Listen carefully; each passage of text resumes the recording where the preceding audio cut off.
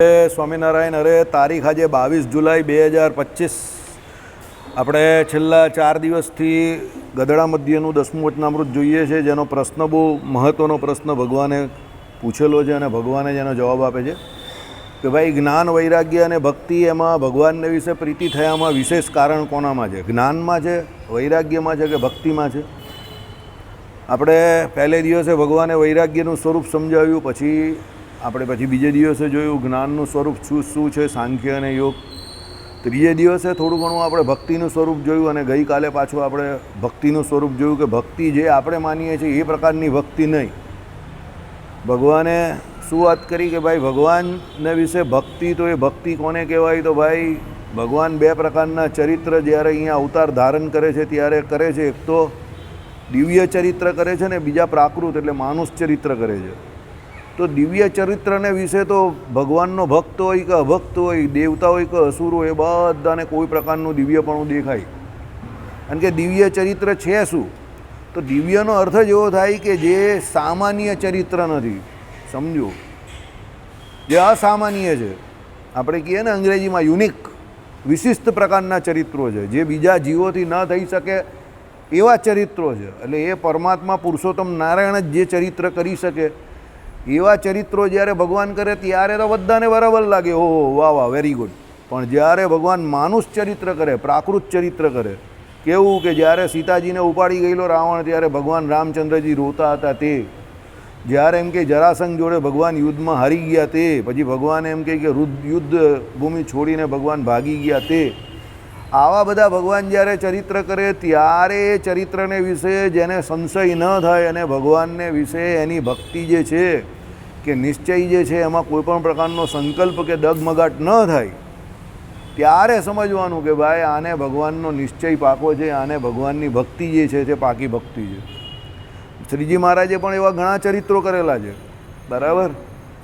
ભગવાન જ્યારે દાદા ખાચરની જોડે પેલો એક લડવા આવેલો ત્યારે ભગવાન એમ બી ગયા અને ડરી ગયા ને એવા બધી ઘણી બધી એક્ટિંગ ભગવાને પણ કરેલી હતી, બરાબર. હા, પેલો બાબુ એક આવેલો ત્યારે ને બધું ઘણા બધા એવા એક નહીં 2-3 ચરિત્ર છે. એટલે એવું કહેવાય કે ભાઈ ભગવાન જ્યારે પણ અહીંયા મનુષ્ય અવતાર ધારણ કરે ત્યારે એવું ચરિત્ર કરે છે. પછી પેલો એક બીજો હતો હરિભગત, અને ભગવાને પેલું એક ઉપર પેલું અક્ષર ઓળદીને વિશે પેલું નળિયું હતું ને એ ફિટ કરવા માટે ભગવાન કહે કે મારી ઉપર ચડી જા. તો ભગવાન કે એને ઉપર ચડાવવાની ભગવાનને કાં જરૂર હતી? ભગવાન ધારતે તો સંકલ્પ માત્રથી કરી દે. પછી પેલાને ઉપર ચડાવે છે, પેલો ના પાડે છે તમારે ખભા પર ન ચડાય. ભગવાન કહે કે આલા ખભા પર ચડવાની ના પાડે જ ને, જીભ પર ચડી જાય જ મારી, બરાબર. એટલે આવા ઘણા બધા ચરિત્રો ભગવાનના હોય કે સામાન્ય માણસને અભાવ આવે. ભગવાન નહીં કરી શકે એટલું કામ જાતે નડિયું સીધું કરવાનું, એમાં ભગવાનને કાંઈ વાર લાગે? એમાં શું સમય, એમાં કંઈ ભેદ ભણવાના છે, સમજો. ભગવાન જાણી જોઈને એવું માનુષ ચરિત્ર કરે કે મારી હાઇટ ઓછી છે એટલે તમે મારી ઉપર ચડી જાઓ. પેલો કહે કે તમે મારી ઉપર ચડો. ભગવાન કે હું તારી ઉપર ચડીશ ને તો હું અટ્ટો કટ્ટો છું, તારો કચ્ચર ગાંઠ નીકળી જાય. પેલો મરકટ જેવો હતો ભાઈ, બરાબર. એટલે આવા બધા ચરિત્ર ભગવાન કરતા હતા. એટલે ભગવાનનો કોઈ પણ અવતાર હોય, ભગવાન બંને પ્રકારના ચરિત્ર કરે, દિવ્ય ચરિત્ર અને માનુષ ચરિત્ર. તો આવા માનુષ ચરિત્ર કરે જે પ્રાકૃત ચરિત્ર કહેવાય, એને લઈને સંશય નહીં થવો જોઈએ, એને જોઈને, ત્યારે એ ભક્તિ સાચી. એટલે શું કહ્યું કે ભગવાન જ્યારે પ્રાકૃત ચરિત્ર કરે અને તેને વિશે પણ જેને દિવ્યપણું જણાય ત્યારે તે પરમેશ્વરનો ભક્ત સાચો, સમજો. એનો જ નિશ્ચય પાકો છે કે એને જ ભગવાનનો નિશ્ચય છે. ભગવાનના પ્રાકૃત ચરિત્રને વિશે પણ તમને કોઈ અવગુણ ન આવે અને તમે ઉલટી એની મજા લેવો, તમને એમાં આનંદ આવે કે વાહ શું કામ કર્યું છે ભગવાને, શું રડ્યા છે ભગવાન. રડે તેમાં પણ તમને પોઝિટિવિટી દેખાવી જોઈએ કે શું રડ્યા છે, આવું કોઈ સામાન્ય વ્યક્તિથી ન રડાય. વાહ શું રડ્યા છે, બરાબર. એટલે જેટલા ચરિત્ર જોવું કે રઘુનાથજી રોતા હતા, કૃષ્ણ અવતારમાં કાળ યવનની આગળ ભાગ્યા, જરાસંઘથી હાર્યા, પોતાની રાજધાની મથુરા તેને તજીને સમુદ્રના બેટમાં જઈને વસ્યા. આવા બધા ચરિત્રમાં ભગવાનની મજા આવી જોઈએ તમને કે જો હું ભગવાન ભાગ્યા છે. સમુદ્રને વિશે દ્વારકા જેવી નગરી બનાવી ભગવાને, તો કેમ બનાવી? તો ભાગ્યા તો બનાવી ને. એટલે ઘણી વખત આપણે પણ એવું શીખવાનું હોય કે જીવનમાં એક ઘટના જે ઘટે છે તે બીજી ઘટના જે છે એ ઘટાડવાની છે એટલે ઘટે છે. પણ આપણે પેલી પહેલી ઘટના જે ઘટેલી છે એ આપણે અનુરૂપ ન હોય ને એટલે આપણે શું છે પોતાની જાતને ને ભગવાનને કોશિયા કરીએ કે મારું સારું નહીં થતું, સારું નહીં થતું. સમજો. દાખલા તરીકે અમારું પોતાનું ઉદાહરણ આપીએ તો 1995માં કમિશનર રાવ સાહેબ જ્યારે આવ્યા અને એમણે સુરતને જ્યારે ક્લીન કરવું હતું તો અમારું મકાન કાપી નાખ્યું. તો અમારું મકાન જ એક બચેલું હતું, એ કપાઈ ગયું. બરાબર, બીજું તો કંઈ હતું નહીં, પણ મકાન છેલ્લું હતું એ પણ કપાઈ ગયું. દુકાળમાં અધિક માસ. તો ત્યારે અમને એવું થયું કે આલું પડિયા પર પાટું જેવી હાલત છે આપણી. બરાબર, ત્રણ ભાઈ બહુ કન્ફ્યુઝ હતા, આ તે ટેન્શનમાં હતા. પણ પછી થયું કેવું કે અમે મકાન છોડ્યું તો અમારે તો જબરજસ્તી છોડવું પડ્યું. પણ તમે અત્યારે જોવા જાઓ તો અમારે એ ફળિયામાં એક પણ હિન્દુ નહીં રહેતો. બોલો, 25 વર્ષ થયા એ વાતને, અમે છોડ્યું અને 30 વર્ષ. અત્યારે ત્યાં આખું કોમર્શિયલ માર્કેટ થઈ ગયું ને બીજા બધા ઘણા છે અને જબરજસ્તી છોડવું પડ્યું. એટલે શરૂઆત અમારાથી થઈ પણ બધાએ છોડવું પડ્યું. અને અમને શું ફાયદો થયો કે અમે જલ્દી છોડ્યું તો અમને જે રેટમાં અડાજન પર મકાન મળ્યું તે અત્યારે નહીં મળે. તમને સમજ પડી? એટલે જે ઘટના ઘટી કે અમારું મકાન જે પહેલાં કપાઈ ગયું તે અમારા માટે ફાયદાકારક નીવડ્યું તો અમે બહુ જલ્દી અડાજન પર પહોંચી ગયા સારા મકાનમાં. આઈડિયા આવે છે? કહેવાનું તાત્પર્ય જો અમે એ પકડી રાખતે કે મકાન કપાઈ ગયું હવે તો રહેવા માટે કંઈ છે જ નહીં તો અમારું કંઈ થતે જ નહીં. સમજો. એટલે જે ઘટના આજે ઘટે છે તે કોઈ બીજી ઘટનાને આવકારવા માટે ઘટે છે, એટલી પોઝિટિવિટી રાખવી. અને ભગવાન જે કંઈ કરે છે ને, ભગવાનની દરેક લીલા એ આપણા શુભ માટે જ છે એવું વિચાર કરવો. એક વસ્તુ યાદ રાખજો, જે વ્યક્તિ પરિવર્તનને સ્વીકારી ન શકે ને એનું દુઃખ ભગવાન ચાહે તો પણ દૂર નહીં કરી શકે. તમને જે જીવનમાં પરિવર્તન આવે ને એને સ્વીકારો.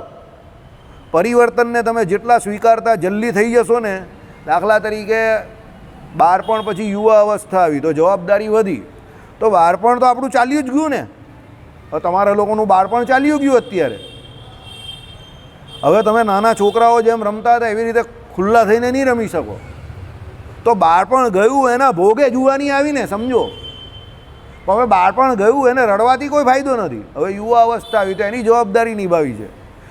યુવા અવસ્થા જશે તો આનાથી વધારે દુઃખ થશે કે હવે વૃદ્ધ થઈ ગયા. સમજો. પણ એ વૃદ્ધત્વને પણ સ્વીકારવાનું છે. કેમ?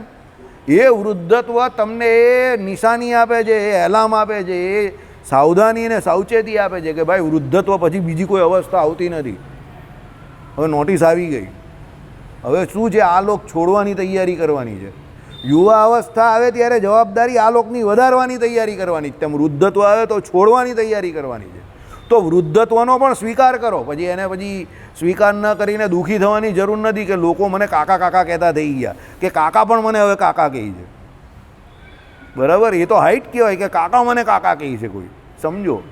બરાબર, મને 70 વર્ષના લોકો કાકા કહે છે. સમજો. પણ મને એનાથી કંઈ દુઃખ નહીં થતું. કેમ? ભાઈ એને મારામાં એવી કંઈ મેચ્યુરિટી દેખાતી હશે એટલે મને કાકા કહે છે. મારા ઘરમાં બીજાને જરા તકલીફ થાય છે એનાથી કે ભાઈ થોડા કાળાવાળા કરી દેતો હોય તો સારું, પણ મને કોઈ તકલીફ નહીં થતી. સમજો. જે છે તે છે, એમાં કંઈ વાંધો છે.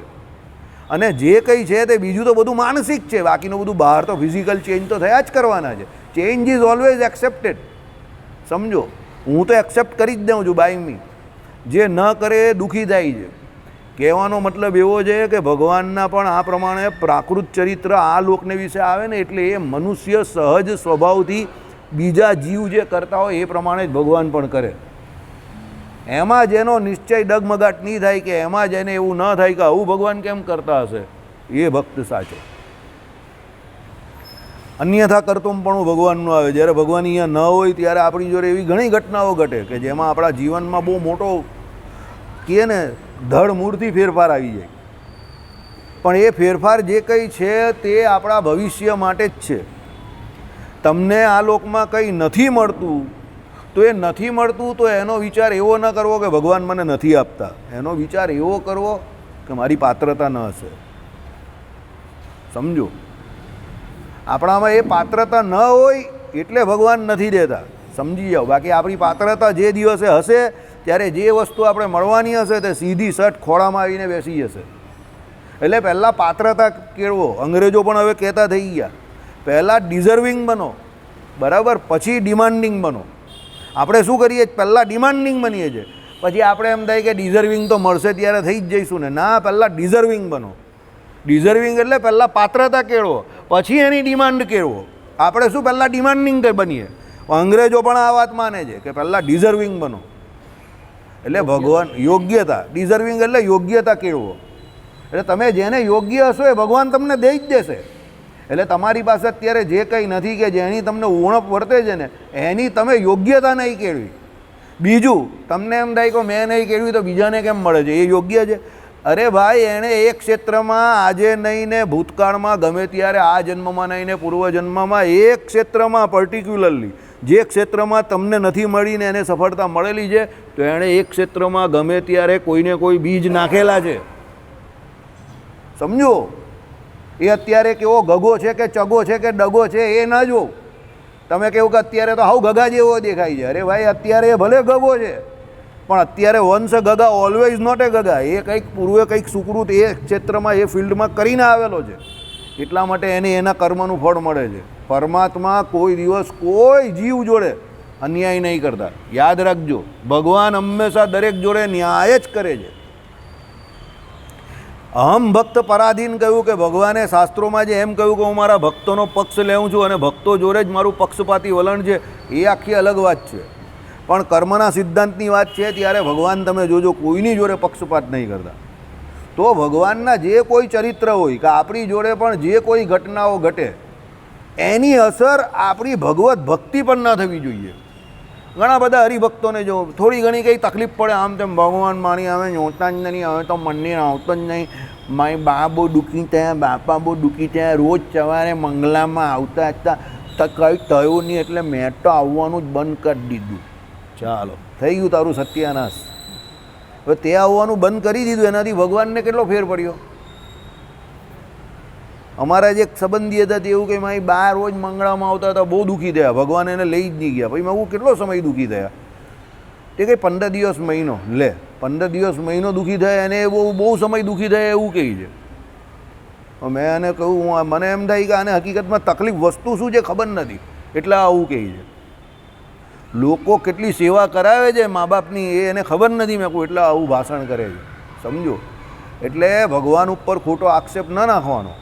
આપણે આપણા કર્મનું ફળ જ ભગવાન આપતા હોય. ભગવાન ન્યાય એવો આપે છે કે અંતર્યામીપણે રહીને કોઈના કહેવામાં પણ નથી આવતા, અંદર રહીને ન્યાય આપે છે. એટલે ભગવાન કોઈ દિવસ તમારું ફળ એમને નહીં ને એમનું ફળ તમને ન આપે, તમારા જ કર્મનું ફળ તમને આપે છે. આવી ઘટનાઓ જ્યારે ઘટે, ખાસ કરીને ભગવાન શું છે, કરતા અને હરતા બેવું છે. તો ભગવાન જ્યારે આપણું કંઈ હરી લે છે ત્યારે નિશ્ચય નહીં રહેતો. કરતા તો આપણે ભગવાનને માનીએ છીએ, કંઈ સારું થાય તો આપણે કહીએ ભગવાનની દયાથી આ થઈ ગયું, ચાલો બરાબર. સારો માણસ કદાચ એવું કહે કે ભગવાનની કૃપાથી મારું આ કામ થઈ ગયું. જે સારો નહીં હોય ને માની હોય તે એમ કહેશે કે મારી આવડતથી થયું, બરાબર, મેં કર્યું. પણ આપણે હરતા નથી માનતા ભગવાનને. પછી ભગવાન હરી લે, કોઈ વસ્તુ આપણી પાસે હોય ને હરી લે, કાં કોઈ વ્યક્તિ આપણું હરી લે, ત્યારે આપણે હરતા માનવા તૈયાર નથી ભગવાનને. કેમ? આપણે એવું થાય કે મારી પાસેથી ભગવાને લઈ લીધું. પણ ભાઈ, શાસ્ત્રોમાં લખેલું છે ને, કરતા હરતા ભગવાનને જે જાણે એનું પણ કલ્યાણ થઈ જાય. તો હરતા માનો ને. હરતા બોલવું બહુ સરળ છે પણ હરતા મનાતા નથી આપણાથી. કામ ધંધામાં તકલીફ પડે કે બૈરી છોકરાને તકલીફ પડે કે સમાજમાં કંઈ તકલીફ પડે તો આપણે હરતા તરીકે ભગવાનને માનવા તૈયાર નથી એટલે દુઃખી થઈએ છીએ. અહીંયા પાછો એક્સેપ્ટન્સ જ આપણો ઘટે છે. આપણે એ સ્વીકારીએ નથી કે મારી પાસેથી ભગવાને આ વસ્તુ હરી લીધી. સમજો કેમ? આપણે એવું છે કે આપણે જે કંઈ મળવું એ બધું પરમેનન્ટ છે, મને જે મળે તે બધું ભગવાને પરમેનન્ટલી મને આપેલું છે. અરે ભાઈ, એવું નથી. એ તો સુકૃતના ફળ રૂપે આપેલું છે અને પાછું એ સુકૃત પૂરું થશે તો લઈ લેશે ભગવાન. આ બધી નાની નાની બાબતો છે પણ એ ધ્યાન આપવા જેવી છે. આ બધી નિશ્ચયની બાબત છે, ભક્તિની બાબત છે. જગતમાં તમારી જોડે કોઈ પણ ઘટના ઘટે પણ એની અસર તમારા આધ્યાત્મિક જીવન પર ના થવી જોઈએ. સમજો, તમે ભજન જે કરો છો તે કરતા રહેવા જોઈએ, મંદિરે જે આવો છો તે આવતા રહેવા જોઈએ, માળા જે ફેરવો તે ફેરવતા રહેવા જોઈએ, સત્સંગમાં આવો આવતા રહેવું, જ્ઞાન જે છે એનો પ્રવાહ અમને આમ ચાલુ રાખો. પછી તમે કહો ના આવું થયું એટલે હું મંદિર આવતો બંધ થઈ ગયો, આવું થયું એટલે હું વાંચતો હતો રોજ વચનામૃત એ બંધ કરી દીધું, ભગવાન કંઈ સામે જ નહીં જોતા, આમ તેમ પેલી ફાલતુ લવારા કરો. પણ હવે ભગવાનને કંઈ તારી જોડે શત્રુતા થોડી છે? તું રોજ મંદિર આવે તો તારી જોડે ભગવાનને હું દુશ્મનાવટ હોય? પણ મતલબ એવો છે કે તું હજુ તારી એ જે વસ્તુ માંગે છે એની તે યોગ્યતા નહીં કેળવી. બરાબર. બાકી એ યોગ્યતા વગર જેને જેને સાધુ સંતોએ આશીર્વાદ આપ્યા કે ભગવાને કંઈ આપ્યું તો પેલો જેરવી પણ નહીં શક્યો. સત્સંગમાં એવા બહુ ઉદાહરણ છે. પેલા આત્મદેવ બ્રાહ્મણનું જ નથી, એના ભાગ્યમાં દીકરો ન હતો, પછી પેલો સાધુ હતા એને જબરજસ્તી એને પકડી લીધા, મરવા ગયો તે. પછી પેલા સાધુને કે હું તો મરી જવા, તો પેલો સાધુ કે આલા બ્રહ્મત્યાનું પાપ મને લાગવાનું.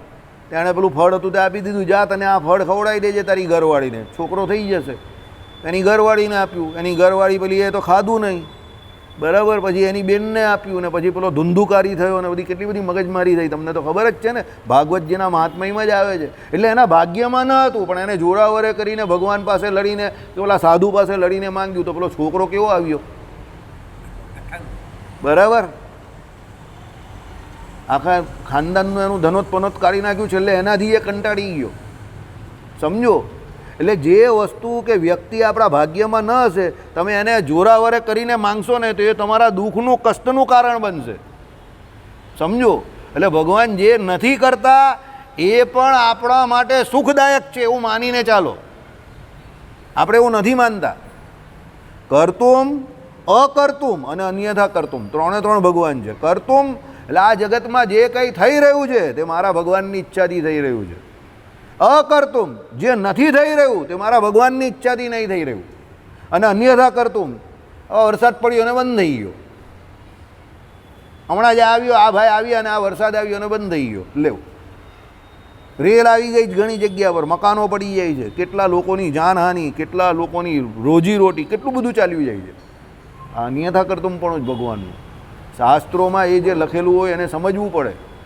પછી તમને ડગમગાટ થાય તો કંઈ નહીં. હવે કોરોનામાં અમારી બેની ભાઈની થોડી તબિયત બગડેલી, તો વચ્ચે 4-6 મહિના મંદિરે નહીં આવેલું. વચ્ચે પહેલાં તો લોકડાઉન હતું, પછી ન આવેલું. તો ઘણા લોકો અહીંયા બેઠા બેઠા કે હવે કંઈ આવ્યા નહીં, એવું આવ્યું આમ તેમ, હવે તો બધું પૂરું થઈ ગયું, સત્સંગ સભા હવે બંધ થઈ ગયા, હવે કંઈ ચાલુ બાલુ નહીં થાય. નેગેટિવિટી ફેલાવે, ખોટી ખોટી નેગેટિવિટી.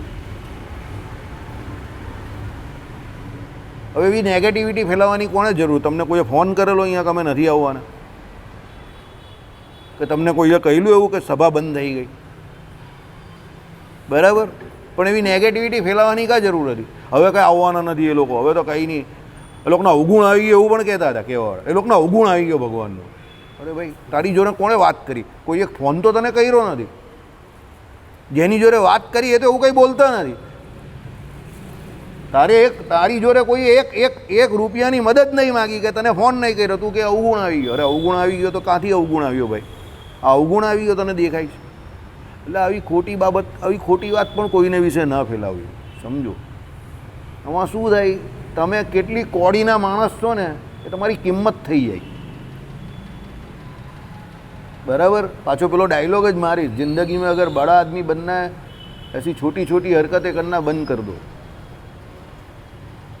હું કામ મારી બા કહીને સોનાની જળ પાણીમાં શું કામ ખોસવાની? તમારા જીવનમાં શું ચાલે છે? હું તમારા ઘરે 5 વર્ષે એકવાર આવતો હોવા કે 10 વર્ષે, મારા જીવનમાં શું ચાલે છે તમને ખબર ન હોય, તમારા જીવનમાં શું ચાલે છે મને ન ખબર હોય. તમે કહો કે ભાઈ ગ્રહસ્થ આશ્રમ વિડંબણાવાળો, ભાઈ અમે ગ્રહસ્થ નથી, પણ વિડંબણા તો અમને પણ હોય ને. ખાવાનું પીવાનું 2 ટાઈમ તમને જોઈએ, તમને પણ જોઈએ છે. કપડાં પહેરવાના ઇસ્ત્રીનો 6 રૂપિયા ભાવ થઈ ગયો છે. એક પેન્ટનો ઇસ્ત્રીના 6 રૂપિયા, તો અમને મોંઘવારી નહીં લાગતી? વાળ કાપવાવાળો 100-150 રૂપિયા લઈ તો અમને મોંઘવારી નહીં લાગતી? તો ભાઈ વિડંબણા કેવું કે વિટંબણા કેવું, જે કંઈ તો અમને પણ વળગેલી જ છે ને. સમજો. તો મારા ઘરે શું ચાલે છે તમને નહીં ખબર, તમારા ઘરે શું ચાલે મને નહીં ખબર, તો હું તમારા ઘર વિશે કે તમારા વિશે કેવી રીતે કમેન્ટ કરી શકું? તમે સમજો. 2-4 દિવસ કોઈ મંદિર ના આવે, તબિયત આની જરા તબિયત આમ તેમ રહીને ભાઈ પૂછીએ શું છે ભાઈ, આવું એ ચાલ આવું કર. ભાઈ એમ થોડું કહેવાય સત્સંગી મટી ગયો, એને અવગુણ આવી ગયો, આવવાનો જ નથી આવે, એવી વાત થોડી થઈ ગઈ. સમજો. એટલે આ બધી નેગેટિવિટી ફેલાવેલી કહેવાય. એવા નેગેટિવ માણસોથી બચીને રહેવું એમ. બરાબર. હું તમારા વિશે કેવી રીતે જજમેન્ટ આપી દઉં કે વિપુલભાઈ આવા છે કે તેવા છે? હું કંઈ વિપુલભાઈને મંદિરમાં 10-15 મિનિટ કે કલાક મળતો હોઉં. મનસુખભાઈ પહેલાં એવું કહેતા હતા કે આ લોકો તો સાધુને માનતા જ નથી, એવું એમનું માનવું હતું. કોઈ એમને કહેલું, પછી એમણે જોયું ને તો એ કહે કે એવું તો કંઈ મને દેખાતું જ નથી. તે આવતા થઈ ગયા, બેસતા થઈ ગયા, ભજન કીર્તન કરતા પણ થઈ ગયા. સમજો. એટલે હવે એમને જેણે કહ્યું હશે તે એનો મંતવ્ય કયો હશે? બરાબર છે ને, હું સાચું જ કહું ને. પણ હવે એના મંતવ્યથી થોડું કંઈ સિદ્ધ થાય છે. હવે એમને ખબર જ છે કે મારા હરિપ્રકાશ શાસ્ત્રી જોડે કેટલા મજાક કરવાના કેટલા સંબંધ છે. આજના નહીં, એ આવ્યા ત્યારના, અને એ પહેલાંના પણ જૂના સંતો જોડે. અમારા ઘરે કેટલા સંતો આવતા હતા તે એમને પૂછો, આ ભગતને. બરાબર, અમારા ઘરે અનંત ચૌદસ હોય ને તો અહીંયા જે આખું કોઠાર હોય ને, આખું કોઠારી પણ ઘણી વખત એ અમારા ઘરે ઉતરે. અનંત ચૌદસમાં પેલા ગણપતિ વિસર્જન થાય ને એના માટે, સમજો. એટલે અમે બાળપણથી કોઈ આવી વાત ફેલાવી દીધી. હવે કોઈ ફેલાવે એને હું કઈ રીતે રોકી શકું છું? હું કંઈ માઇક લઈને થોડો નીકળું કે હું સાધુને માનું છું, સત્સંગને માનું છું, સત્સંગના જે કોઈ પુસ્તકો એને માનું છું, એવું તો હું માઇક લઈને એડવર્ટાઇઝ તો નહીં કરી શકવાનો ને. કોઈ કે વાત ફેલાવી હોય તો ભાઈ આપણે તો શું કરીએ? હા ભાઈ, હા તું એવું કહી તો આપણે એવું માનીએ. પણ હવે એ તો પછી મારા વર્તણૂક પરથી ખબર પડે ને કે હું કોને માનું છું કે કોને નથી માનતો. હવે એ ભાઈ હોશિયાર કે સ્માર્ટ, એમણે જોયું કે આ તો કોઈ ખાલી બંડલ છોડેલું છે, એ ભાઈ સમજી ગયા. પણ એમણે મને કહ્યું, હું તમને આ વાત કેમ જણાવું છું ખબર? એમની પ્રામાણિકતા બહુ સારી. એમણે કહ્યું મને કે અમને કોઈએ આવું કહ્યું હતું પહેલાં કે તમે લોકો સાધુને નહીં માનતા, એટલે અમે તમારી સભામાં નહીં બેસતા હતા, એવું એમણે કહ્યું મને. હું એવું કહેવાવાળા તો બધું કંઈ મારા વિશે કહેવાવાળો તો એમ પણ કહે કે હું આમ કરું જ ને તેમ કરું જ, તો એ કહેવાથી થોડું કંઈ સિદ્ધ થાય, સમજો. એટલે આવી બધી ખોટી વાત કોઈના વિશે ન ફેલાવવી. આજે શાસ્ત્રીજી પણ શું કહેતા હતા? કોઈના અવગુણ, કોઈનો ગુણ જોઈને ઈર્ષા કરવી એ બહુ ખોટી વાત છે. ગુણ પણ સારી વસ્તુ છે ને, તો ગુણનો સ્વીકાર કરો, એની સ્તુતિ કરો. કોઈના પણ ગુણ હોય તેને જાહેરમાં વખાણો કે ભાઈ આ માણસ, હા સાધુ પાસે શીખ્યા ને. હવે કેશુ સ્વામી ને રામસ્વામી, કેશુ સ્વામી જે ધામમાં ગયા, જે આપણે રાંદેર મંદિરમાં એમને 14માને દિવસે બ્રાહ્મણોને જમાડેલા, સમજો 100 બ્રાહ્મણને જમાડેલા. તો આપણે આ જે શ્રી ભાષ્ય ને આ બધું જે ચલવી શકીએ છીએ કે ગીતા ભાષ્ય કે જે કોઈ આ બ્રહ્મ વિદ્યા છે, તે કેશુ સ્વામીને રામસ્વામીને લઈને જ ચલવી શકીએ જ ને. તો પછી કોઈ એવું કેવી રીતે કહી શકે સાધુને ન માને? સાધુ સિવાય તમને એ આખા સંપ્રદાયમાં શીખવાડે કોણ? કયા ગ્રહસ્થને એ બધું આવડી શકે? તમે મને કહેવું તો ખરા, સમજો. એટલે કોઈના કહેવાથી કંઈ સિદ્ધ નહીં થતું. આ બધી ઉણપ છે નિશ્ચયમાં. એટલે હું તમને કહું છું, ભક્તિમાં નિશ્ચયમાં આ બધી ઉણપ છે, ખામી છે. એટલે કોઈ કંઈ કહે તો આપણે કંઈ ઘાસ થોડા ખાઈએ છીએ, આપણે અનાજ ખાઈએ છીએ. તો આપણે વિચાર કરવો જોઈએ કે આ જે કહે છે તે કેમ કહેતો હશે. થોડીક જે આપણી તર્ક બુદ્ધિ છે એનો વિચાર કરવો જોઈએ, સમજો. કે કોઈકના કહેવાથી થોડું એવું થઈ જાય. હું તમને ગાંડો કહું તો તમે ગાંડા થઈ જવાના જ, કે કોઈ તમને આવીને એમ કહે કે તમે આવા છો તો તમે એવા થોડા થઈ જવાના જ. પહેલાં તો નોન રિએક્ટિવ બનતા શીખો. નોન રિએક્ટિવનો અર્થ તમને ખબર છે? કોઈ તમને ગમે એટલો છંછેડે કે કોઈ તમારા વિશે ગમે એટલી કોઈ પણ વાત ફેલાવે, એક વસ્તુ યાદ રાખજો, દરેક પ્રશ્નોનો એક જ જવાબ બહુ સોલિડ છે. તમે જે કરો છો ને એનાથી પેલાને જે કંઈ પીડા થાય છે એટલે છંછેડાય છે ને તમને છંછેડવા આવે છે. તમારે શું કરવાનું? છંછેડાવવાનું નથી, પણ તમે જે કરો છો ને એને કરતા રહો, સમજો. તમને તમારા સત્ય પર વિશ્વાસ હોવો જોઈએ કે તમે જે કરો તે બરાબર કરો છો. ભલા અચ્છા ચમરબંધ હશે ને એ પણ ઢીલા થઈ જશે. આ તમને અનુભવ સિદ્ધ વાત કરું છું.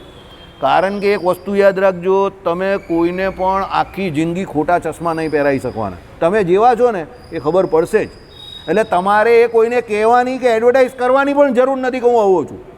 તમારે તમારું કામ જ કરવાનું છે. તમારું કામ બોલશે, તમારે કોઈ બોલવાની કંઈ જરૂર જ નહીં કે હું આવો છું, કે હું તેવો છું, કે હું ડાયો છું, કે હું ગાંડો છું, કે હું બહુ સારો છું.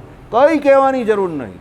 તમારે તમારું કામ કર્યા કરવાનું. જેણે જે કહેવું હોય તે કહી ને જેણે જે કરવું હોય તે કરે. આ બધી ભક્તિમાં આવનારા વિઘ્નો છે. એટલે હું તમને કહું છું, અને દુઃખ સાથે મારે કહેવું પડે છે કે સૌથી વધારે તકલીફ જે છે એ મંદિરમાં આવનારા લોકો ખોટી વાતો ફેલાવીને જ ફેલ કરાવે છે. તમારા જે સગા હશે એ તમારા વાલાની હશે, ને તમારો જે વાલો હશે એ તમારો સગોની હશે. યાદ રાખજો. આપણે એમ માનીએ કે જે મંદિર આવે તે બધા બહુ સારા જ ને બહુ સીધા જ, પણ મંદિરમાં આવનારો જ સૌથી મોટો કચરો છે. ભગવાને જે કહ્યું કે એ લોકોનો અવગુણ ન લેવો ને એ બધી વાત સાચી છે, પણ અહીંયાથી જ પેલો કહે ને યહાં સે શહર કો દેખો, યહાં સે શહર કો દેખો, તો યહાં સે કચરે કો દેખો. અહીંયા કચરો ફેલાવનારા, બુદ્ધિ બગાડનારા એવા ઘણા લોકો છે, અસામાજિક તત્વો, જે અહીંયા આવીને બગાડે, લોકોનું મગજ બગાડવાનું કામ કરે છે, ભડકાવે બધાને. પેલો આવો છે, આ આવો છે, આ સાધુ ખરાબ છે, પેલો આવો છે, પેલો આને માને જ, પેલો. અરે ભાઈ, એ બધું કરવા તું અહીંયા આવે છે? તારે જે મોક્ષ કરવાનો જ તે અહીંયા આવીને ભજન કરીને ચાલ્યો છે ને. આ ભાઈને પણ સભામાં આવતા હતા બધા ઘણા લોકો કહેતા હતા કે આવા લાંબા વાળ રાખે, હીરો જેવા બધા ફરે છે, એની પાસે હું જ્ઞાન લેવાનું? આવા છે, તેવા છે, સુરતી છે, ફલાણું છે, ઢીમકું છે. એ ભાઈ અહીંયા બેઠા ને એના બાપુજીનો એમને અનુભવ, એના બાપુજીએ કહ્યું જો ભાઈ શાસ્ત્ર બાનની કોઈ વાત એ લોકો કરતા નથી. પછી એ ભાઈ આવીને બેઠા, એમને કંઈક સારું લાગ્યું તો એ ભાઈ બેઠા. હવે એ ઘણા લોકો એને રોકવા જાય છે કે ગમે તે, પણ હવે એને આવવું છે તો એ આવે જ ને. એટલે એવો આગ્રહ પણ ન રાખવો, હઠાગ્રહ ન રાખવો કે કોઈ આવે કે કોઈ જાય, કે કોઈ મને માને કે ન માને. એ આપણા હાથમાં જ નથી, અનકન્ટ્રોલેબલ છે. જે વસ્તુ નિયંત્રણમાં નથી ને એના વિશે વિચારવાનું નહીં. ભગવાનનું ભજન કરવાનું, ભગવાનની આજ્ઞામાં રહેવાનો પૂરો પ્રયત્ન કરવાનો, સત્સંગ કરવાનો, બીજી કોઈ મગજમારીમાં ઉતરવું જ નહીં. જેને જે બોલવું હોય કે કરવું હોય તે કરવા દેવાનું, આપણે આપણું કામ કરીને ચાલ્યા જવાનું, બીજી માથાકૂટમાં નહીં ઉતરવું. તો જ ભક્તિ જે છે તેનો રંગ બતાવશે, નહીં તો ભક્તિનો રંગ તમને લાગશે નહીં. બરાબર? ચાલો. જન્મ કર્મ ચ મે દિવ્યમેવમ યો વેત્તિ તત્વતઃ ત્યક્ત્વા દેહમ પુનર્જન્મ નૈતિ મામેતિ સો અર્જુન. એ શ્લોકનો એમ અર્થ છે જે હે અર્જુન, મારા જન્મ અને કર્મને દિવ્ય છે, જન્મ કર્મ દિવ્ય છે, તેને દિવ્ય જે જાણે તે દેહને મૂકીને ફરી જન્મને નથી પામતો, મને જ પામે છે. એટલે ભગવાન શું કહે છે? અહીંયા હું જે જન્મ એટલે અવતાર ધારું છું તે અને મારી જે બધી લીલા છે તે બધું દિવ્ય છે. એટલે ગમે તે ચરિત્ર ભગવાન કરે. સુખદેવજીએ કહ્યું એ પ્રમાણે કે ભગવાન શ્રી કૃષ્ણ તો અગ્નિના કુંડ જેવા છે. હવન કરો ને એમાં ગમે એટલું ઘી નાખો, બધું સ્વાહા થઈ જાય. એમ ભગવાન ગમે તે ચરિત્ર કરે, બધા ચરિત્ર ભગવાનના આપણે ગાવાના. ભગવાનનો ભક્ત બધા ચરિત્ર ભગવાનના દિવ્ય જ માને. પછી ભગવાન કુબ્જા જોડે એકલા અંદર ગયા અને ભગવાને કુબ્જાને જે સુખ જોઈતું હતું તે આપ્યું, અને બહાર કોને બેસાડેલા? ઉદ્ધવજીને 1% પણ ભગવાનનો અવગુણ નહીં આવ્યો કે ભગવાન અંદર કેમ ગયા. કેમ? ભગવાન પોતાની મરજીથી ના ગયેલા. જો આ કર્મનો સિદ્ધાંત, પેલીને એવું ભગવાન સંબંધી સુખ જોઈતું હતું એટલે ભગવાન ગયેલા. ભગવાનને એના સુખની કોઈ પડી નથી. ભગવાન તો આપત કામ પૂર્ણ કામ છે. પૂર્ણસ્ય પૂર્ણમાદાય પૂર્ણમેવ અવશિષ્યતે. ભગવાન દરેક રીતે પૂર્ણ જ છે. ભગવાનને પોતાની ઓછપ દૂર કરવા માટે કોઈ કાર્ય કરવાની કે કંઈ કરવાની જરૂર નથી, કારણ કે ભગવાનમાં ઓછપ છે જ નહીં. દરેક જગ્યા પર ભગવાન પૂર્ણ જ છે. પૂર્ણમદ પૂર્ણમિદમ પૂર્ણસ્ય પૂર્ણમાદ પૂર્ણમેવ વશિષ્યતે પૂર્ણસ્ય પૂર્ણમાદાય પૂર્ણમેવ વશિષ્યતે. સમજો, દરેક રીતે ભગવાન પૂર્ણ છે. ભગવાનના દરેક ચરિત્ર પૂર્ણ છે. ભગવાનની કથા અધવચ્ચે અટકી જાય ને તો પણ એમ ન કહેવાનું કે અડધી છે. એ અડધી છે, એમાં પણ પૂર્ણતા છે. સમજો, ભગવાનનું દરેક કામ પૂર્ણ જ છે, કારણ કે ભગવાન સિવાય આ દુનિયામાં કોઈ પૂર્ણ નથી. માયા પૂર્ણ છે. યાદ રાખજો, જગતમાં જેને પણ માયા મળી છે ને પૂરી નથી મળી, પણ જેને પણ ભગવાન મળ્યા છે ને પૂરા મળેલા છે. કારણ કે ભગવાન પૂર્ણ જ છે અને દેશ કાળ અને વસ્તુ એનાથી અપરિચ્છિન્ન છે. સર્વ દેશમાં, સર્વ કાળમાં અને સર્વ વસ્તુમાં એ ભગવાન પૂર્ણ છે. પૂર્ણસ્ય પૂર્ણમાદાય પૂર્ણમેવ અવશિષ્યતે. એવું નથી કે આ દેશમાં એટલે આ જગ્યા પર ભગવાન ઓછા છે, પેલી જગ્યા પર વધારે છે. દેશ એટલે જગ્યા. એવું નથી કે ભૂતકાળમાં ભગવાન હતા, કાળ જેવા ભગવાન ભૂતકાળમાં હતા તેવા અત્યારે નથી, એવું નહીં. જેવા ભૂતકાળમાં હતા એવા જ અત્યારે છે અને એવા જ ભવિષ્યકાળમાં રહેશે. અને એવું પણ નથી કે વસ્તુ એટલે આ વસ્તુમાં જેવા છે તેવા પેલામાં નથી ને પેલામાં જેવા છે તેવા આમાં નથી. દરેક વસ્તુમાં ભગવાન સરખા છે. દેશ કાળ અને વસ્તુ એનાથી અપરિચ્છિન્ન છે. એટલે જ્યારે પણ ભગવાન જેને પણ મળશે પૂર્ણ જ મળશે, અપૂર્ણ ન મળે. કારણ કે ભગવાનમાં અપૂર્ણપણું છે જ નહીં. અલ્પજ્ઞ આપણે છે, ભગવાન સર્વજ્ઞ છે. યાદ રાખજો, ભગવાન રામચંદ્ર ભગવાન જે સીતાજીને પેલો હરણ કરી ગયો રાવણ, ત્યારે પણ રોતા હતા. તે રોતા ન હતા, રોવાની એક્ટિંગ કરતા હતા. ભગવાનને કોઈ પારકું નથી, ભગવાનને કોઈ પોતાનું નથી, ભગવાનને કોઈ સુખ નથી, ભગવાનને કોઈ દુઃખ નથી. યાદ રાખજો, ભગવાન આ બધા જે આપણે લાગતા વળગતા જે કોઈ નામ સર્વનામ છે ને એ એનાથી પર છે ભગવાન. એટલે તો કહ્યું ભગવાનના જન્મ કર્મ જે કંઈ છે તે બધું જેવું છે તેવું ને તેવું માનો એને, અને માનો અને માણો એને, એન્જોય કરો અને એમાં સુખ લેવું. એ જ ભગવાનનો સાચો ભક્ત છે. ભગવાને કરેલું જ ને એ ઓકે જોઈ. ભગવાન કોઈ દિવસ ભૂલ નહીં કરતા. ભગવાન ભૂલ કરે તે પણ જાણી જોઈને કરે છે. સમજો, ભગવાન મનુષ્ય ચરિત્ર કરે એ પણ જાણી જોઈને કરે છે. કેમ? બતાવવા માટે કરે છે કે ના હું ભૂલ કરી શકું, તો તમારી ભૂલ થાય તો ડરી જવાની કોઈ જરૂર નથી. પણ એ આપણે બતાવવા કરે છે. ભગવાન રામચંદ્રજી વિભીષણને પૂછતા હતા રાવણની બધી નીતિઓ, રાવણને કેવી રીતે હરાવાય, તો ભગવાનને ખબર ન હોય, પણ મનુષ્ય ચરિત્ર કરે છે. કે યુદ્ધ કરવા ગયો તો યુદ્ધ નીતિ શું છે, તો રાવણના ઘરનો ભાઈ એનો સગો, તો એ જેટલો રાવણને જાણતો હશે એટલો બીજો કોઈને જાણે, એટલે વિભીષણને પૂછતા હતા. ભગવાન તો સર્વજ્ઞ છે, ભગવાનને ના ખબર હોય કે રાવણને કેવી રીતે મરાય? સમજો. એટલે આ બધા ભગવાનના ચરિત્રો જે છે ને તે ગાવાના જ આપણે ગાવાના, એટલે એવા ગાવાના છે કે જે એક એક ચરિત્ર જે છે તે લાખ લાખ કરોડ કરોડ પ્રિશિયસ છે, અમૂલ્ય છે. કારણ કે ભગવાનના દરેક ચરિત્ર ભક્ત માટે કેવા છે? મોક્ષકારી છે, મોક્ષદાયક છે.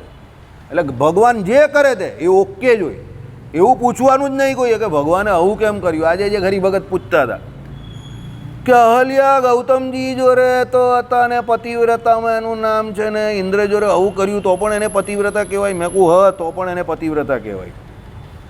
તે કે દ્રૌપદીજી દ્વારા યુદ્ધ થયું, 18 અક્ષણી સેના મરી ગઈ. મેં કહું તો પણ એને દયાળુ કહેવાય? ભાઈ મારી સામે જોયા કરે, તમે આજે વાત કરો તેમ કે તમને વિરોધાભાસ નહીં લાગતો? મેં કહું ના, જરા પણ નહીં, મને જરા પણ એમાં વિરોધાભાસ નહીં લાગતો. સમજો. બરાબર. પહેલાં શાસ્ત્રોના ચરિત્રોને સમજો કે એ ચરિત્રો કયા સંદર્ભમાં કઈ પરિસ્થિતિમાં થયેલા છે. પહેલાં તો મગજમાંથી એ કાઢી નાખો કે યુદ્ધ દ્રૌપદીએ કરાવેલું છે. મહાભારતનું યુદ્ધ દ્રૌપદીએ નથી કરાવ્યું, પેલા લોકની ઈર્ષાથી થયું છે યુદ્ધ. દ્રૌપદીના નામ પર તો ટિકિટ ફાડેલી જ લોકોએ આજકાલના કે ભાઈ મહાભારત દ્રૌપદીએ કરાવ્યું ને રામાયણ સીતાજીએ કરાવ્યું. સીતાજી રાવણને બોલાવવા ગયેલા કે મારું અપહરણ કર. દ્રૌપદી જે દુર્યોધનને દુશાસનને એવું કહેવા ગયેલા કે તું આવું બોલ કે તારી જંગા પર બેસાડ.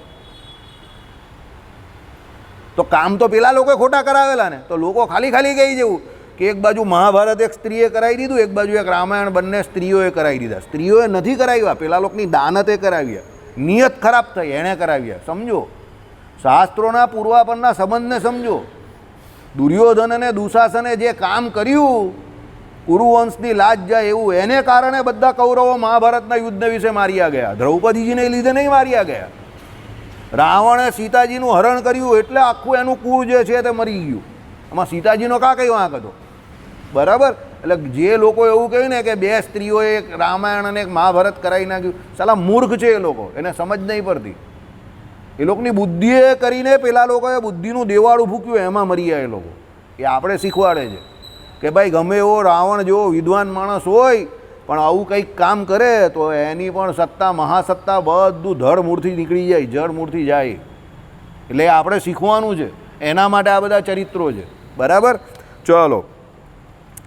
એટલે એ શું છે, ભગવાનના જે કોઈ જન્મ કર્મને વિશે જે દિવ્ય ભાવ માને તે જન્મને નથી પામતો પણ મને જ પામે છે, એટલે મોક્ષને પામે છે, આવું ભગવાને કહ્યું. એટલે પછી આ જન્મમાં, એટલે આ લોકમાં એ પાછો આવતો નથી.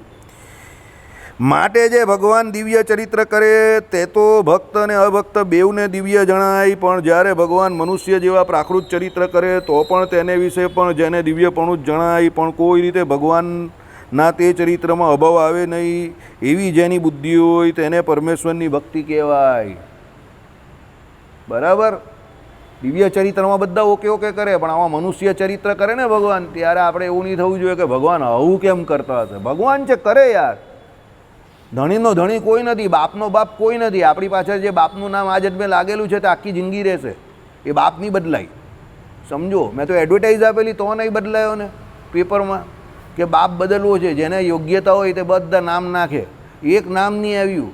કોઈ મારો બાપ બનવા તૈયાર નહીં કે આના બાપ બનવો ફાયદો, કડકો માણસ છે. બરાબર. તો એકનું એક જ નામ છે વર્ષોથી, જેનું છે તેનું જ છે. એટલે બાપ બદલાય નહીં. સમજો. એમ ભગવાન જે ચરિત્ર કરે છે એ ચરિત્રને તમે ચેલેન્જ નહીં કરી શકો, તમે ખાલી ગાઈ શકો ને માણી શકો ને તમારો મોક્ષ કરો. જે સરળ કામ છે તે કરતા નથી ને જે અઘરું કામ છે તે કરવા જાઓ છો. ગઈકાલે વાત કરેલી ને એવું કામ છે. સરળ કામ છે કે ભગવાનના ચરિત્ર ગાઓ ને ભગવાનના ધામમાં જાઓ, તો બધી માથાકૂટ શું કામ કરવાની. બરાબર. ચલો. અને એવી જેની ભગવાનના જે ચરિત્રમાં અભાવ આવે નહીં, એવી જેની બુદ્ધિ હોય તે પરમેશ્વરની ભક્તિ કહેવાય, અને એવી ભક્તિ કરે તે જ ભક્ત કહેવાય. અશોકભાઈ સમજી ગયા? એવી ભક્તિ કરે એ જ ભક્ત કહેવાય. હવે આપણે કેવા છે તે ખબર પડી ગઈ. એટલે ભગવાનનો વાંક કાઢવો નહીં. આપણે ભક્તિ કરીએ જ કે નહીં કરતા તે આમાં ભગવાને કહી દીધું. બરાબર. ખોલ તારી તો ઉગાડ મારી. અને એ શ્લોકમાં કહ્યું જે ફળ તે આવા ભક્તને જ થાય છે. અને જેમ ગોપીઓ ભગવાનના ભક્ત હતા તે કોઈ રીતે ભગવાનનો અવગુણ લીધો જ નહીં. અને રાજા પરીક્ષિતે તો ગોપીઓની વાત સાંભળી એટલામાં જ ભગવાનનો અવગુણ લીધો. પછી સુખજીએ ભગવાનનું સમર્પણું દેખાડીને તે અવગુણને ખોટો કરી નાખ્યો. માટે જે ભગવાન ચરિત્ર કરે તે સર્વે ગોપીઓની પેઠે દિવ્ય જાણે, પણ કોઈ રીતે પ્રાકૃત જાણીને અભાવ તો આવે જ નહીં. ગોપીઓને ભગવાને અડધી રાત્રે એકલી પોતાની મરજીથી ક્યાં બોલાવી? વૃંદાવનને વિશે. તો ગોપીઓને ભગવાનનો અવગુણ ના આવ્યો, પણ પેલા આ ચરિત્ર સાંભળીને સાંભળનારા કોને આવી ગયો? પરીક્ષિતને આવી ગયો. હવે ગોપીઓ તો ફોર્મમાં ને ફોર્મમાં ગયેલી, એને તો અવગુણ ના આવ્યો, પણ પેલો પરીક્ષિત તો મરવાનો હતો, ટિકિટ એની નક્કી હતી, તો પણ એને એવો અવગુણ આવી ગયો. કેમ? એને ભગવાનના સ્વરૂપનો નિશ્ચય નહીં હતો. સમજો? એટલે કોઈ કામ કોઈ બીજો વ્યક્તિ કેમ કરે છે એ જાણ્યા વગર કોઈ દિવસ એની પર આક્ષેપ ન કરવો. યાદ રાખજો, દરેક વ્યક્તિની બુદ્ધિની જે તીવ્રતા જે છે કે ત્રિજ્યા જે છે એ અલગ અલગ છે. એટલે કોઈ કામ કોઈ કરતો હોય ને તમે જોવો ને તમને એમ કે હે આવી ટીંચું ટીંચું ટાઈ ટાઈ, અરે પણ ટીંચું ટીંચું ટાઈ ટાઈ ન હોય તો એનો ધ્રોહ થઈ જશે ખોટો. સમજો? એ કેમ કરે છે વિચાર તો કરો. ગોપીઓને અવગુણ ના આવ્યો ભગવાનનો, ઉલટાનું ભગવાને એમની પરીક્ષા લીધી કે તમે તમારા પતિઓને છોડીને અહીંયા આવી ગઈ, તમે કેવી પતિવ્રતા સ્ત્રી છો? તો પેલી કહે કે તમે તો બોલાવી. તે કે તો હું બોલાવું પણ તમારો પતિવ્રતાનો કોઈ ધર્મ ખરો કે નહીં? ગોપીઓએ શું જવાબ આપ્યો? પતિ ખરા એ, પણ કોના? આ શરીરના. તમે તો આત્માના પતિ છો અને ખરા પતિ તો અનંત કોટી કાળથી તમે જ છો. તો અમે તમારી જ વાત માનીએ ને. શરીરના પતિ એ છે. ભગવાન કે હવે ઘરે ગઈને એ લોકોએ ન સ્વીકાર્યા તો તે કહે કે શરીરનો ત્યાગ થઈ જશે, બીજું તો શું? એ શરીરના પતિ છે તો શરીરનો ત્યાગ થશે. આત્મા તો તમને જ વરેલો છે ને. હવે ગોપીઓને આવી બુદ્ધિ હતી, આપણે છે એટલે ગોપીઓને કાંથી અવગુણ આવે? ગોપીઓ કોઈ દેહાત્મા ભાવવાળી ન હતી, આત્મરૂપ હતી, બ્રહ્મરૂપ હતી. અને એવું કહે છે કે જે ગોપીઓને ઘરમાંથી જવાની દીધી તે બધી શરીર મૂકીને આત્મા રૂપે ત્યાં ગઈ. સમજો? આત્મા પરમાત્માનો જોરદાર રાસ હતો એ. ત્યારે આપણે એ પરિસ્થિતિને પામ્યા નથી. પરીક્ષિત પણ ન પામેલા હતા, એટલે મરવાના હતા તો પણ એને અવગુણ આવ્યો. પછી સુખદેવજીએ સમજાવ્યા કે ભગવાન કંઈ ખોટું કરે જ નહીં, ભગવાન અધર્મ કરે જ નહીં. એમ કરીને સુખદેવજીએ પરીક્ષિતજીનો જે અવગુણ હતો એ ટાળ્યો. પછી એમને ખબર પડી કે ના, ભગવાને જે કર્યું એ આખી અલગ વાત છે. એ તો આત્મા પરમાત્માનો રાસ છે, આપણા જેવા શરીરના ચૂંથણા નથી એ. બરાબર? તો જો દેહભાવ પરીક્ષિતનો ન ટળેલો તો મરવા ટાણે પણ એને ભગવાનનો અવગુણ આવ્યો. તો આપણે તો કેટલા બધા દેહાભિમાનિત, આપણે ખબર છે કોઈ આટલી વાત કંઈ બોલે છે તો આપણે એવી મરચી લાગે છે કે નીચેથી લાગે તો ઉપરની ચોટલી સુધી બધું આમ કરીને આમ ટાયર ઝૂલતા થઈ જાય આખા. આવું બોલી ગયો મને આમ કહી ગયો. અરે તું કોણ છે ખેતકા બેગન? આખા બ્રહ્માંડની વસ્તી ગણશે તો તારી આટલી દોઢ જેટલી પણ હેસિયત નથી, તો તને આમ કહી ગયો એમાં કાં તારા વેગણ બટાકા વેચાઈ ગયા? બરાબર? ચાલો, એટલે સર્વેને ગોપીઓની પેઠે દિવ્ય જાણે, પણ કોઈ રીતે પ્રાકૃત જાણીને અભાવ તો આવે જ નહીં. એવી જે ભક્તિ તે તો મહાદુર્લભ છે. હવે સાંભળજો, બધા કાન દઈને સાંભળજો. અને એક બે જન્મને સુકૃતે કરીને એવી ભક્તિ ના આવે. સમજી ગયા? હવે આપણે કેમ વાતે વાતે અવગુણ આવે છે એનું કારણ ખબર પડી. આપણે બધા સાધન દશાવાળા છે. ગોપીઓને એક બે જન્મનું સુકૃત ન હતું એટલે એવી સ્થિતિ થયેલી. હજુ તો આપણે પેલી નાની નાની ગલીઓમાં ક્રિકેટ રમતો હોય ને એ મેચ રમીએ જ ને. આપણે ભૂલ કોની કાઢીએ? પેલો ઇન્ટરનેશનલ ક્રિકેટ રમતો હોય ને એની કાઢીએ. પેલો આમ રમ્યો ને એટલે બાકી તો આ ઓલો રમાયો હતો. અરે તારી તો ભલી થાય, તું પાનના ગલ્લા પર ઊભો પેલા ને કઈ કેવી વાત છે? બરાબર? એક બે જન્મના સુકૃતે આવી ગોપીઓ જેવી ભક્તિ નહીં થતી. સમજો શું કહ્યું?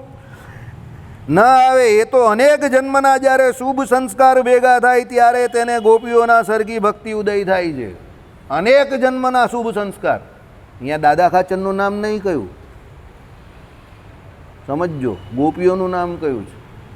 દાદા ખાચરે ભગવાનને સર્વસ્વ આપેલું, તો ભગવાન દાદા ખાચરનું નામ ન લખે? તો કેમ દાદા ખાચરનું નહીં કહ્યું ને ગોપીઓનું નામ કહ્યું? હું દાદા ખાચરને ઉતારી નહીં પાડતો, પણ ગોપીઓ દરેક શાસ્ત્રમાં સર્વસામાન્ય છે એટલે એમની વાત કરેલી છે. ભગવાન સ્વામિનારાયણે જ્યારે જ્યારે જે વાત કરી એમાં સનાતન ધર્મના જેટલા પણ શાસ્ત્રો છે ને એ જ બધા શાસ્ત્રોના પુરાવા આપેલા છે. આવ્યા નહીં ને આવશે નહીં ને આ ભગવાન તો આપણા છે ને આપણું જ છે બધું સાચું ને આપણું જ સારું, એ આવું ફેક બંડલ ઘોડા જેવી વાત છે. ભગવાને શિક્ષાપત્રીમાં શું કહ્યું? સર્વશાસ્ત્રનો સાર અંદર લખેલો છે. એટલે સર્વશાસ્ત્રોનો કયા? તો સનાતન ધર્મના. 8 સત્શાસ્ત્રો કયા? તો સનાતન ધર્મના. એટલે ભગવાને પોતાનું ખિસ્સામાંથી કંઈ મૂક્યું નથી. જે છે તે સનાતન ધર્મમાં જે હતું તે જ લીધું છે. એટલે શું કહ્યું, અનેક જન્મના શુભ સંસ્કાર ભેગા થાય ત્યારે ગોપીનો સરખી ભક્તિ ઉદય થાય, અને એવી ભક્તિ છે તે જ પરમપદ છે. માટે આવી રીતની જે ભક્તિ તે જ્ઞાન વૈરાગ્ય થકી અધિક છે, અને જેના હૃદયને વિશે આવી રીતની ભક્તિ હોય તેને ભગવાનને વિશે પ્રીતિમાં શું બાકી છે? કાંઈ બાકી નથી. આવી ભક્તિ થવી જોઈએ ગોપીઓ જેવી. તો પછી પેલો જ્ઞાન ને વૈરાગ્ય ન હોય ને તો પણ ઓટોમેટિક આવી જાય, કારણ કે ભગવાનને વિશે ભક્તિ જેટલી છે ને કે જ્ઞાન વૈરાગ્યની જરૂર જ કા છે. ગોપીઓ તમને કોઈ જગ્યા પર એવું જોવા મળ્યું કે વેદની રૂચાઓ બોલતી હતી કે આ બધું કરતી હતી? પણ ગોપીઓનું જ્ઞાન અંદર ઓલરેડી ઇનહેરન્ટ હતું જ. સમજો, એ કંઈ વેદ ભણવાની ગયેલી, પણ વેદ બધા અંદર હતા જ ઓલરેડી. બરાબર? એટલે આવી ભક્તિ થવી જોઈએ, એ શ્રેષ્ઠ છે. શ્રીપતિમ શ્રીધરમ સર્વદેવેશ્વરમ ભક્તિધર્માત્મજમ વાસુ